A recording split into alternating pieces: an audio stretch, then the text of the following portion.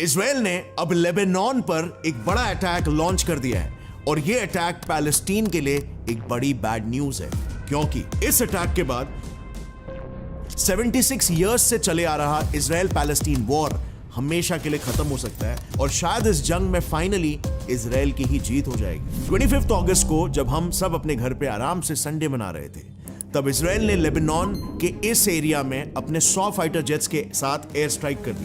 इससे लेबनान के 40 launch pads में रखे हजारों रॉकेट लॉन्चर बैरल्स तबाह हो गए और सदर्न लेबनान का यह एरिया पूरी तरह से समतल हो गया। लेकिन जरा एक मिनट, लेबनान पर हमला करने से पैलेस्टीन कैसे खत्म हो सकता है? दूसरी बात, इजराइल को अगर आप देखोगे ना, तो ये अपने जन्म से ही दुश्मनों से घिरा हुआ है। इन सारे देशों के साथ उसके रिलेशंस तो खराब है ही, लेकिन उससे भी ज्यादा बड़ी प्रॉब्लम ये है कि इन देशों में मौजूद टेररिस्ट ऑर्गेनाइजेशंस इजराइल के जन्म से ही उसे वर्ल्ड मैप से मिटाने की कोशिश कर रहे हैं। सो आखिर कैसे सिर्फ एक देश जो लिटरली हमारे मिजोरम स्टेट से भी छोटा है, जिसकी आबादी भी मुंबई शहर की आधी आबादी है, वो देश अकेले इतने सारे देशों को कैसे हरा सकता है?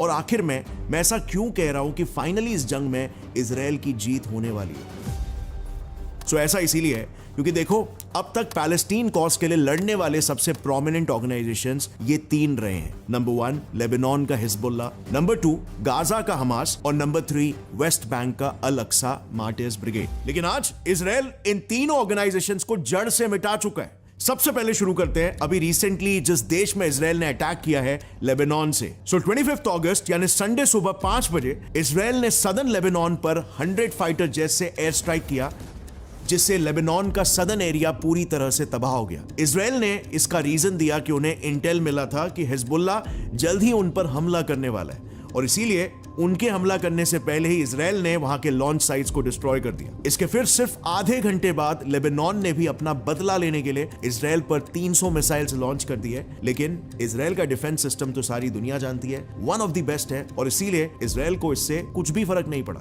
मतलब देश में 300 से भी ज्यादा मिसाइल्स गिरने के बाद भी ना एक इंसान मरा और ना ही उनका एक भी लॉन्च साइट डिस्ट्रॉय हुआ, जबकि हिजबुल्ला ने बकायदा इजराइल के नॉर्दर्न और सेंट्रल रीजन्स को टारगेट किया था, जहां पर उनके सारे मिलिट्री बेसेस हैं। इजराइल की तरफ से ये अटैक्स इतने इंटेंस थे कि कहां पे 5 बजे वॉर स्टार्ट हुआ, इजराइल ने 5 बजे अटैक किया था हिजबुल्ला पर और हिजबुल्ला ने आधे घंटे में काउंटर स्ट्राइक किया और 8:58 तक, यानी कि सिर्फ 4 घंटे में हिजबुल्ला ने एक तरह से हार भी मान लिया और एक स्टेटमेंट इशू किया कि आज के लिए हमारे मिलिट्री अटैक्स यहीं पर समाप्त होते हैं। और फिर उसके बाद इजराइल ने भी जो 2 दिनों के लिए इमरजेंसी डिक्लेयर कर दिया था ना हिजबुल्ला को काउंटर करने के लिए, उसे लगा कि 2 दिन का समय लगेगा और फिर उसे चेंज करके सिर्फ 7 घंटों के अंदर ही, यानी कि 12:40 को ही रिवोक भी कर दिया, विच बेसिकली मीन्स सिर्फ 7 घंटों के अंदर ही इजराइल ने हिजबुल्ला के गढ़ को ही तबाह कर दिया।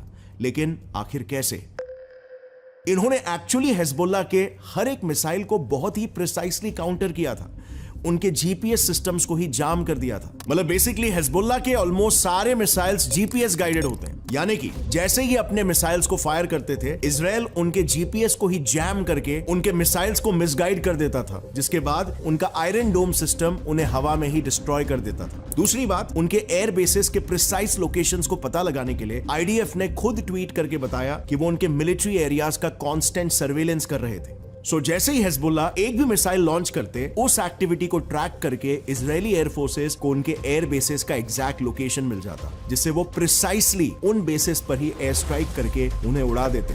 इसके अलावा 30 जुलाई को ही इजराइल ने हिजबुल्ला के चीफ फुआद शुक्र को भी उनके ही देश के कैपिटल सिटी बेरूट में उनके ही घर में एक एयर स्ट्राइक करके मार डाला था। सो बेसिकली ऑर्गेनाइजेशन का ब्रेन भी खत्म और साथ में ऑर्गेनाइजेशन भी खत्म, यानी कि इजराइल का एक दुश्मन कम। अब आते हैं उनके दूसरे दुश्मन पर, जो है वेस्ट बैंक के अल अक्सा मार्टिर्स ब्रिगेड। सो पैलेस्टीन के वेस्ट बैंक एरिया में एक पॉलिटिकल पार्टी है फतेह करके, लेकिन इस पॉलिटिकल पार्टी का एक टेररिस्ट विंग है जिसका नाम है अल अक्सा मार्टिर्स ब्रिगेड। ऑफ कोर्स इस ऑर्गेनाइजेशन का भी बस सिर्फ एक ही मकसद है, इजराइल को वर्ल्ड मैप से मिटा देना।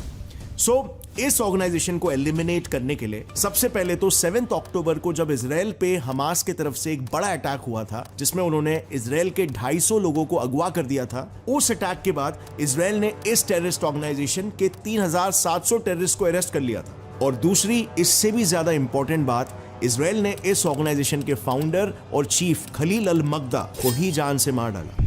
एक्चुअली में 25 अगस्त को वो लेबनान में अपने भाई मोनीर अल मकदा से मिलने गया था और जैसे ही वो वहां से अपने देश लौटने के लिए निकला, इजराइल ने उसकी गाड़ी को ही एयर स्ट्राइक करके उड़ा दिया।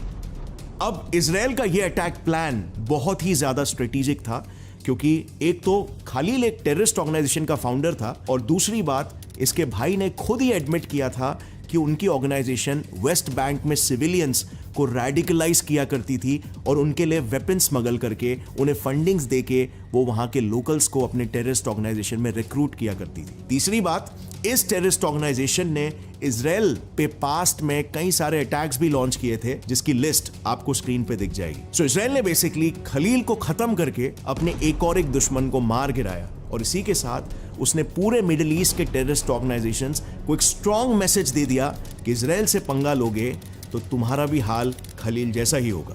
और यह बात खुद पैलेस्टीन के ही एक टॉप जर्नलिस्ट ने कही है। अब बचता है इजराइल का तीसरा दुश्मन, हमास। इसकी स्टोरी तो बहुत ज्यादा इंटरेस्टिंग है। הפצצנו מפקדות של החמאס, מוטטנו בניינים ומגדלים שמשמשים את ארגוני הטרור.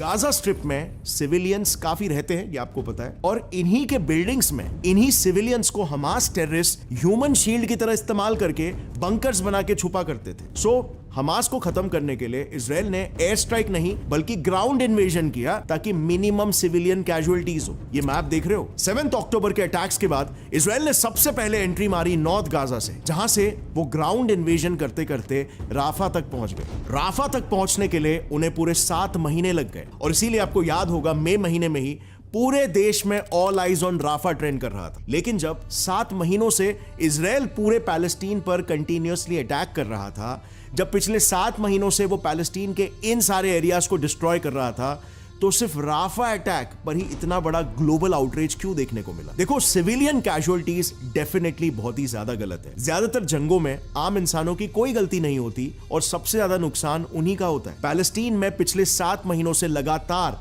वहां के आम नागरिक हजारों की तादाद में मारे जा रहे हैं, जो डेफिनेटली बहुत गलत है। लेकिन मेरा क्वेश्चन ये है कि सिर्फ ऑल आइज ऑन राफा को ही क्यों ट्रेंड मिला? क्यों वो एक ग्लोबल ट्रेंड बन गया? Why is Rafah so important? So इसके पीछे का मेन रीजन ये है कि हमास मेजरली राफा से ही ऑपरेट करता है। ये एक तरह से हमास का कैपिटल सिटी है, जहां पे उनका हेडक्वार्टर्स लोकेटेड है। इसी सिटी में हमास के वेपन्स बनने वाली फैक्ट्रियां सिचुएटेड है और यहीं हमास ने अलग अलग टनल्स भी बनाए रखे हैं, जहां से वो अपने वेपन्स को स्टोर करते हैं और डिस्ट्रीब्यूट करते हैं। इसके अलावा राफा का जो लोकेशन है ना, वो भी पैलेस्टीन में टेररिज्म को फ्यूल करने के लिए बहुत ही ज्यादा इंपॉर्टेंट है, एक स्ट्रेटेजिक लोकेशन है। ये एरिया आपको दिख रहा है, इसे राफा क्रॉसिंग कहते हैं, क्योंकि इस एरिया से पैलेस्टीन ग्लोबली कनेक्ट होता है और इसीलिए यहीं से हमास के सारे इलीगल आर्म्स एंड एम्युनिशंस और वेपन सप्लाईज भी आते हैं। फिर ग्लोबल डोनेशंस, इसकी फॉरेन एड्स और फूड और मेडिकल सप्लाईज भी इसी एरिया से पैलेस्टीन तक पहुंचते हैं। और इसीलिए राफा को बचाना हमास के लिए बहुत ही ज्यादा इंपॉर्टेंट था, क्योंकि राफा का दी एंड मतलब लिटरली हमास का भी दी एंड। और इसीलिए ही तो जैसे ही इजराइल ने राफा को घेर लिया था, हमास तुरंत यूएस के पास जाकर इजराइल से पीस ट्रीटी साइन करने की, समझौता करने की बात करने लग गया। लेकिन तब तक बहुत ही ज्यादा देर हो चुकी थी। इजराइल पिछले 7 महीनों से गाजा पे हमला कर रहा था, जिस वजह से एक टाइम पे जो गाजा कुछ ऐसा दिखता था, अनफॉर्चुनेटली आज उसका मंजर कुछ ऐसा हो चुका था। 29 मई को इजराइल ने फाइनली राफा को भी इन्वेड कर लिया और आज तक वो वहां पर अटैक कर ही रहा है। अब ऑफ कोर्स इजराइल राफा को कैप्चर करने के बाद हमास के चीफ को थोड़ी ना बख्शेगा। सो आज से लगभग 1 महीने पहले 31 जुलाई 2024 के दिन ईरान में उनके न्यू प्रेसिडेंट मसूद पेजेश्कियान की स्वेरिंग इन सेरेमनी चालू थी। इस इवेंट को अटेंड करने के लिए दुनिया भर के 70 देशों के top leaders, presidents, prime ministers आए हुए थे, जिसमें से एक हमास का चीफ इस्माइल हानिया भी था। एक्चुअली में इजराइल ने हानिया को मारने के लिए इसी इवेंट को चुना, क्योंकि इस इवेंट में मेजरली सारे प्रो पैलेस्टीन देश आए हुए थे। सो उन सब के सामने एक टॉप लीडर को खत्म करके इजराइल बेसिकली सभी को एक स्ट्रॉन्ग मैसेज दे रहा था, एक धमकी देना चाहता था, जिस मिशन में वो सक्सेसफुल भी हो गया। सो अभी अगर एक मैक्रो व्यू से देखेंगे ना, तो इजराइल ने अपने सारे मेजर दुश्मनों को सक्सेसफुली न्यूट्रलाइज कर दिया, क्योंकि उसके सबसे बड़े और इमीडिएट थ्रेट्स यही 3 देशों के टेररिस्ट ऑर्गेनाइजेशंस थे। बट आई रिपीट, इन देशों के टेररिस्ट ऑर्गेनाइजेशंस इन देशों के सिविलियंस नहीं। इजराइल के पर्सपेक्टिव से अगर देखोगे, उसने इन देशों के टेररिस्ट ऑर्गेनाइजेशंस को तो खत्म कर दिया, लेकिन व्हाट अबाउट द सिविलियंस, जो क्योंकि अब तक कंप्लीटली एंटी इजराइल थे, इसीलिए इनके प्रोटेस्ट की वजह से ग्लोबली भी एक काफी बड़ा एंटी इजराइल नैरेटिव शेप हो चुका था। इजराइल को हमेशा as an aggressor, as a human rights violator देखा जा रहा है, इवन आज भी। और अगर आप देखोगे ना, तो इन देशों के जो टेररिस्ट ऑर्गेनाइजेशंस हैं, उन्होंने सिविलियंस की ऐसी ब्रेन वॉशिंग की है कि वो हमेशा इन टेररिस्ट ऑर्गेनाइजेशंस को ही सपोर्ट किया करते थे। जाहिर सी बात है, वो उन्हें एज टेररिस्ट बिल्कुल नहीं देखते थे, क्योंकि उनके हिसाब से वो उनके देश के हक के लिए लड़ रहे थे। वो थॉट आपको याद है, राइट, कि one Nations terrorist is other Nations freedom fighter. और इसीलिए इन ऑर्गेनाइजेशंस को वहां के लोकल्स का काफी सपोर्ट मिलता था। वो उनके लिए ह्यूमन शील्ड्स बन के उन्हें प्रोटेक्ट किया करते थे। इजराइल के अटैक्स के बाद वो उनके खिलाफ प्रोटेस्ट किया करते थे, जिससे ग्लोबल मीडिया का अटेंशन इस मुद्दे पर बढ़ जाता था और नतीजा इजराइल को मेजर ग्लोबल बैकलैश मिलता था। लेकिन आज ऑफ कोर्स कंप्लीटली तो नहीं, लेकिन काफी हद तक ये नैरेटिव चेंज होते हुए दिख रहा है। एनबीसी की रिपोर्ट्स के हिसाब से गाजा सिविलियंस का हमास के प्रति सपोर्ट कम होते हुए दिख रहा है। अभी वहां के लोकल्स एक आर्म्ड स्ट्रगल यानी कि वॉर लड़के पैलेस्टीन को आजाद नहीं करना चाहते। इसके अलावा लेबनान में भी सेम ही ट्रेंड देखने को मिल रहा है। अगर आप इस ग्राफ को देखोगे तो वहां के लेबनीज लोकल्स भी हिजबुल्लाह को अब उतना सपोर्ट नहीं करना चाहते, क्योंकि उन्हें लग रहा है कि अब इस कंटिन्यूअस वॉर से लेबनान एक इकोनॉमिक क्राइसिस में ढकेला जा रहा है। So again, just to sum everything up, Israel ने अपने इन 3 सबसे इमीडिएट और सबसे बड़े थ्रेट्स, जो उसके अस्तित्व को ही दुनिया से मिटा देना चाहते थे, उन्हें खत्म कर दिया है। इसके अलावा इन देशों की जनता के माइंडसेट में भी एक बड़ा शिफ्ट देखने को मिल रहा है, जहां पे वो ये डेली के वॉर डिस्ट्रक्शन से परेशान हो चुके हैं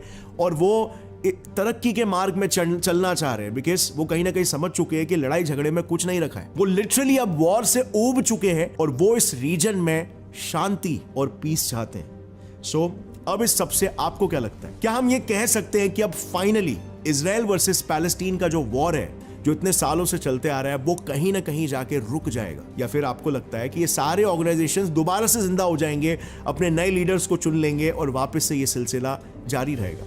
बिकॉज घूम फिर के इसमें मरना तो सिविलियंस को ही है, जिंदगी बर्बाद तो सिविलियंस की ही हो रही है, अशांति तो सिविलियंस को ही भुगतना है। अच्छा, एक बात, इन सब के अलावा येमेन के रिबेल ग्रुप्स हाउतीज भी तो इजराइल के खून के प्यासे। इनफैक्ट अभी रिसेंटली ही अटैक्स के बाद हाउतीज ने इजराइल को एक धमकी देकर कहा कि जल्द ही वो इजराइल पे एक बड़ा हमला करने वाले। और सबसे इंपॉर्टेंट बात, इन सारे टेररिस्ट ऑर्गेनाइजेशंस को मेजरली फंडिंग कहां से आती है?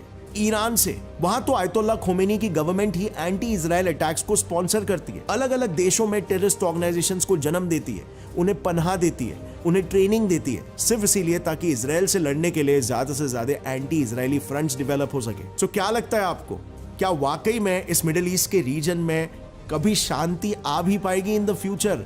क्या हम इसे वाकई में इजराइल की जीत भी बोल सकते हैं? नीचे कमेंट करके जरूर बताना आपको क्या लगता है। लेकिन एक बात तो बिल्कुल माननी पड़ेगी, आपकी जो भी आइडियोलॉजी हो, आपका इजराइल को देखने का जो भी नजरिया हो, एक बात तो सभी को माननी पड़ेगी कि इजराइल कैसे भी करके अपने दुश्मनों को एक एक करके चुन चुन के खत्म कर देता है। लेकिन सोचने वाली बात तो यह है कि यूएसए, जो देश सारी दुनिया में ह्यूमन राइट्स का सबसे बड़ा मसीहा बन के फिरता है, जो अटैक्स और वॉर के लिए कॉन्स्टेंटली दूसरे देशों को क्रिटिसाइज करते रहता है, आखिर कैसे उन्हीं चीजों के लिए वो इजराइल को खुलेआम अप्रिशिएट करता है? Well, that is because Israel ने अमेरिका में अपनी लॉबी डिप्लोमेसी बिठा के रखी हुई है। मतलब इजराइल यूएस के यूनिवर्सिटी से लेकर यूएस मीडिया तक, उनके कार्टून से लेकर वहां की गवर्नमेंट में तक, बेसिकली हर एक अमेरिकन में इजराइल अपना इन्फ्लुएंस, अपना प्रोपोगेंडा बिठा रखा है, जिस वजह से इजराइल लिटरली अमेरिका को कंट्रोल करता है। और ये इतने इफेक्टिवली, इतने स्ट्रेटेजिकली कैसे किया जा रहा है? एक मिजोरम जितना छोटा सा देश कैसे एक अमेरिका जैसे जायंट को इफेक्टिवली कंट्रोल कर रहा है? ये बात इंडिया को भी इजराइल से सीखनी चाहिए। ये लॉबी डिप्लोमेसी क्या होती है, ये कैसे की जाती है और इजराइल कैसे इतना सक्सेसफुल बना, इसे मैंने ऑलरेडी एक डिटेल वीडियो में कवर किया है, जो आप यहां पर कहीं पे क्लिक करके चेकआउट कर सकते हो। उससे आपको इजराइल का ब्रेन समझ में आ जाएगा और हम इंडियंस को इजराइल से क्या बात सीखनी चाहिए। इंडिया इतनी बड़ी देश होकर, इतने सारे इंडियंस होकर भी हम कितने पीछे हैं इजराइल के मुकाबले। हमें क्या चीज सीखनी चाहिए इजराइल से, वो काफी डिटेल में मैंने एक्सप्लेन किया है। So do check out that video. और अंत में फ्रेंड्स, मैं तो बस यही होप करूंगा, आई एम डैम श्योर आप सभी भी यही होप करोगे कि मिडिल ईस्ट रीजन में जितना जल्दी हो सके शांति आए। And on that regard, Let's end this video. Thank you for watching. Take care. Jai Hind.